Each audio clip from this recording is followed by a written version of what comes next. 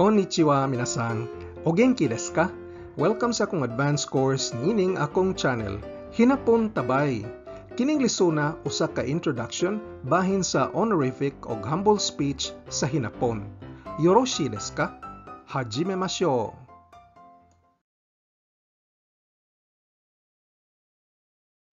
Ang Japanese honorific speech gitawag og keigo sa Hinapon. Gamiton ang keigo pagpataas sa estado sa imong gisultian o sa imong gihisgutan isip paagi sa pagrespetar. Ang Japanese humble speech gitawag og kensongo sa Hinapon. O gamiton ang kensongo para pagpaubos sa imong kaugalingon aron imong mapasaka ang estado sa imong gisultian o sa imong gihisgutan. Bali, kanus-a man gamiton ang honorific o humble speech. Gamiton ninimo kung imong kaistorya o ang imong gihisgutan mas taas kanimo og rangko og imong girespeto. Sa mas maestro, amos trabaho, tag-iyas kumpanya nga imong gitrabahoan o kaha bisita.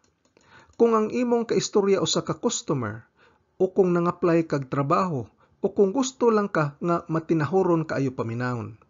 Yano nga madunggan nimo ang pangalitan, duha ka man nagsilingan nga honorifics o humble speech ang gigamit sa usag-usa. Karon, unsaon man paghimo sa honorific o humble speech? Kombinasyon kini sa upat ka paagi. Pirmirong paagi kay ang pagkabit og mga honorific prefixes ngadto sa mga nouns. Kabitan nato og prefix o ang mga Japanese-derived nouns nga kasagaran isuwat gamit ang usa ra ka kanji ug gilitok kini gamit ang iyang Japanese pronunciation o kun-yomi. Pangalitan, pasabot sa sumay kay Pinoy-anan.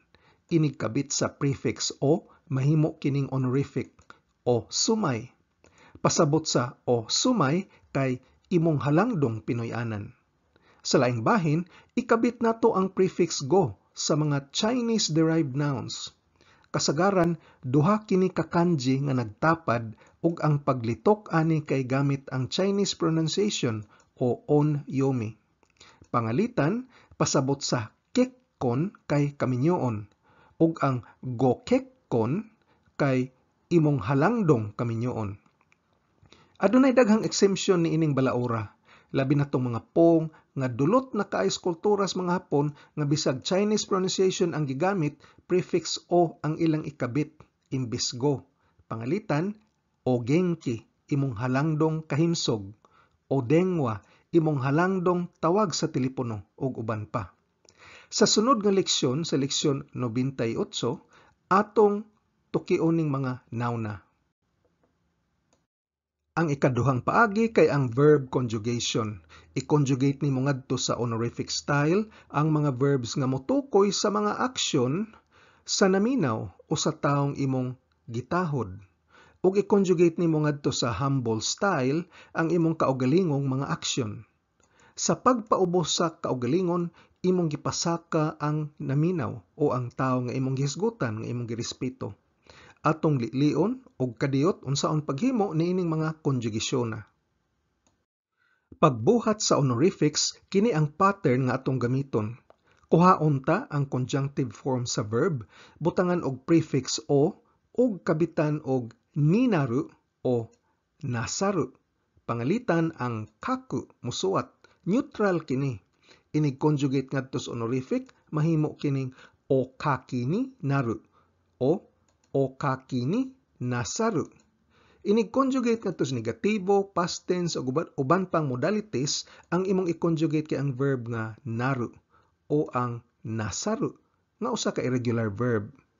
Laing paagis paghimo sa honorific version kay ang paggamit sa passive form sa mga verbs ug ato na kining natuki sa miaging leksyon 79. Bali ang kaku mahimong kakareru ug ang kakareru mao na imong i-conjugate ngadto sa ubang tenses o modalities. Kining mga honorific kung hubaron sa Binisaya, mura kag moingon og musuwat ka labing halangdon. Pangalitan kung moingon kag si Professor Tanaka musuwat og thesis, sa Hinapon pwede ta moingon og Tanaka sensei wa ronbun wo okaki ni narimasu o Tanaka sensei wa ronbun wo okaki ni nasaimasu. O gamit ang passive, mointag Tanaka sensei wa ronbun wo kakaremasu. Pagpurmas humble version, ang pattern nga sundon kay butangan og prefix o ang conjunctive form sa verb, unya kabitan og suru o itasu. Ang itasu mao'y humble version sa suru og mas polite kini kaysa suru. Pangalitan, kaku, musuwat, mahimo kining okaki suru o okaki itasu. Ug ang hubad anis Binisaya murag moing kag magpaubos ko nga musuwat. Ug inigporma sa ubang tenses o modalities, ang atong i-conjugate mao ang suru og itasu. Pangalitan pag-ingon, misuwat ko og report. Sa hinapon nga humble form, mahimo kining watashi wa ronbun wo okaki shimashita. O kaha, ronbun wo okaki itashimashita. Ato kining tutukan sa leksyon 99. Ang ikatulong estratehiya kay ang paggamit og mga special verbs sa pipila ka mga common kaayo nga verbs. Ayaw kabalaka kay mga 15 ra ni sila kabuok. Pangalitan ang moari kay kuru, neutral kini. Ang honorific form sa kuru kay duha ka verb. Pili lang ka, irasyaru o kaha oide ni naru. Ug ang iyang humble form kay mairu. Pangalitan mutana ko nimo, moari kas parte, unya kay tahod man ko nimo, honorific akong gamiton. Pati ni irashyaimasu ka? O kaha pati ni oide ni narimasu ka? Tubag ka, moari kas parte. Unya honorific imong gamiton nako kay tahod man sa kanako. Busa mo yung kag, hay, pati ni mairimasu. Ang ubang mga common nga verbs nga adunay special verbs, mulambigit sa moadto, mukaon, moinom, musulti, ug uban pa. Ato niya ning tukion tanan sa leksyon gatos. Ang ikaupat ka paagi kay ang pag-ekspresar sa mga ordinaryong verbs isip paghatag ug pagdawat sa aksyon. Ato na kining naistudyohan sa leksyon 70. Bali, paghatag sa aksyon, aduna tay duha ka auxiliary honorific verbs nga pwede gamiton. Ang sashiageru o kaha kudasaru. Asay gamiton, depende sa unsaon nimo pagsulti. Samtang pagdawat sa aksyon, mogamit ta sa humble auxiliary verb nga itadaku. Pangalitan, kumayon tag, ang maestro misuwat kanako og recommendation letter. Muratag mo ingon og, ang maestro mihatag kanako sa aksyon sa pagsuwat og recommendation letter. Og sa hinapon, sensei ga suisenjou wo kaite kudasaimashita. O pag-ingon, misuwat ko og report. Usbong tag-ingon ngadto sa midawat ko sa aksyon nga akong manager o sa laing mas taas pa kanako rangko, mitugot kanako nga musuwat sa report. Og sa hinapon, kacho ni ripoto kakasete itadakimashita. Tuyok-tuyok nga pagkaistorya pero mapahiubsanon kay paminawon ug mauni gustos mga Hapon. Suma total, adunay upat ka estratehiya paghimo sa honorific ug humble speech sa hinapon. Ang primero kay ang paggamit og mga prefix o go sa mga nouns nga nahilambigit sa naminaw o sa tawo nga imong gitahuran. Ang ikaduha kay ang pag-conjugate sa mga verbs ngadto sa ilang honorific o humble versions. Pagpormas honorific, ang pattern kay prefix o plus conjunctive form sa verb plus ninaru o nasaru. Laing paagis paghimos honorific kay ang paggamit sa passive form conjugation sa verb nga ato nang natuki sa miaging leksyon 79. Pagpormas humble, ang pattern kay prefix o plus conjunctive form sa verb plus suru o itasu. Ug ang ikatulong paagi kay ang paggamit og mga special honorific o humble version sa mga common kay nga mga verbs, mga 15 ra ni sila kabuok.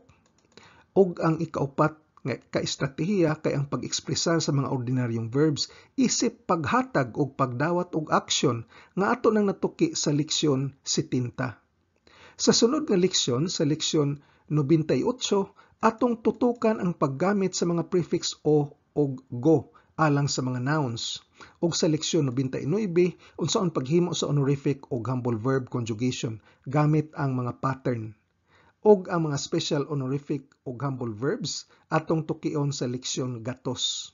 Kita na pod ta sa sunod leksyon. Gambate kudasay. Kung arisgado ka gyud makat-on og hinapon, importante ang pagpraktis adlaw-adlaw og paggahin og panahon.